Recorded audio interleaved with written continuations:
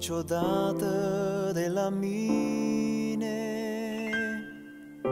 și nici o clipă singur nu mă lași.